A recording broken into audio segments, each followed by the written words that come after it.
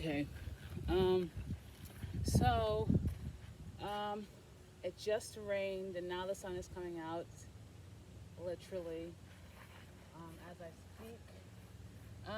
And as I mentioned in a previous video, a lot of the land got cleared out. So now we have these islands that are ripe for underplanting and shade gardenage in general. So one, I want to do a quick show of that because we're on our way out. And two, I just want to also give a quick show of some plants that, this year especially, presumably with the heat, really withered away in the peak of the heat. And now that it's cooling and we're getting more rain, they're like, okay, I'm back, and they're growing and they're putting out new growth. So let's show that. Yes. So that's the tree garden. And you might recall that generally I had the ring and I had plants in front. There's still the ring and there's still a couple of plants in front, but a lot of those plants got moved over here in preparation for the new garden. So I did also get two daylilies recently. They should be, yes. So one and two, they were on clearance at the Walmart. And as I mentioned, a lot of land clearing, so we see a lot of the random branches that were left. As I clear it, I just go putting them underneath the different islands and hopefully ignore that that's supposed to get cleaned up. But I go putting them there and hopefully they'll decompose, or maybe I'll end up putting some soil over in the, whatever the heck. So my two hostas, my Hosta Patriot and my Hosta Variegated White, are gonna go here. Things are kind of how I'm thinking they're gonna go. I'm thinking the coleus is gonna form a little side island over there. The two elephant ear in the front, I brought those from the front line in front of the house. You got the hostas, and then we got these begonias that have to get repotted. They were the 4-in-1, and I think it was a pack of 8 of the small pink ones. I'm gonna leave them in these pots. They're growing back ever so slowly now. They're in more shade, so we have new growth. Even the pink ones are coming back. So these are just gonna stay here for a while they rejuvenate. Probably need to sit this up better so it doesn't just completely fall. I'm just gonna throw whatever organic material. Yes, it's dyed. I don't care. That might decay, so we have more richness over here, right? Yes. Now there are a couple of examples of plants that are coming back as we abate the heat. So I'll show you some of those. My cherry pink princess primrose coming back, right? This should be pansies, and you see they're coming back.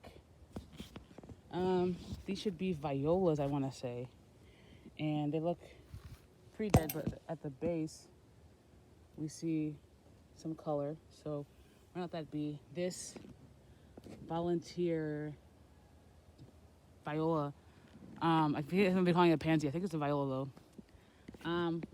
Grew up in this condition, so it should be fine. It should be great, actually. Just as we see the other island of plants, these lilies look horrific, but I'm gonna let it die back. We've got a lot of cosmos in there. I don't know. I saved a bunch of seeds from the cosmos, and I'm like, do I want to grow it? Maybe in like a free. Maybe I'd mix up some zinnia seeds and some cosmos next year or something. I don't know. Even the capricorn. The capricorn goes through stages, depending on the weather, and that's cool. I'll show this plant on the corner. And this is one of my lovely regal royal petunias, right? And you can see that all the leaves kind of dead. Maybe some of them have gone to seed, but we have this new flush of growth in the middle. Okay, and I've got a couple of petunias that look like that. Over here we also see one. So that's kind of how it is. Then here's just some looks and how everything's looking right now. Gladiolus, obviously the leaves are fine, I don't care, but I'm going around when I can and breaking the flower stalk once it's like done and just throwing it off the side or whatever. And in the back I've got 3 of this pink red, 1, 2, 3 sun patience. It's supposed to rain over the next couple days a couple times, so hopefully they really take off then. But yeah. Oh, and then the rains are helping the Clarence Vinca. I have 1, 2, 3, 4 of that one color. And then 1, 2, 3, and 4 is other color. I've got a red Salabercoa over here. So a lot of things to watch out for. A lot of mounds of weed grass I need to take out, but I'm only taking them out when I have something to replace them.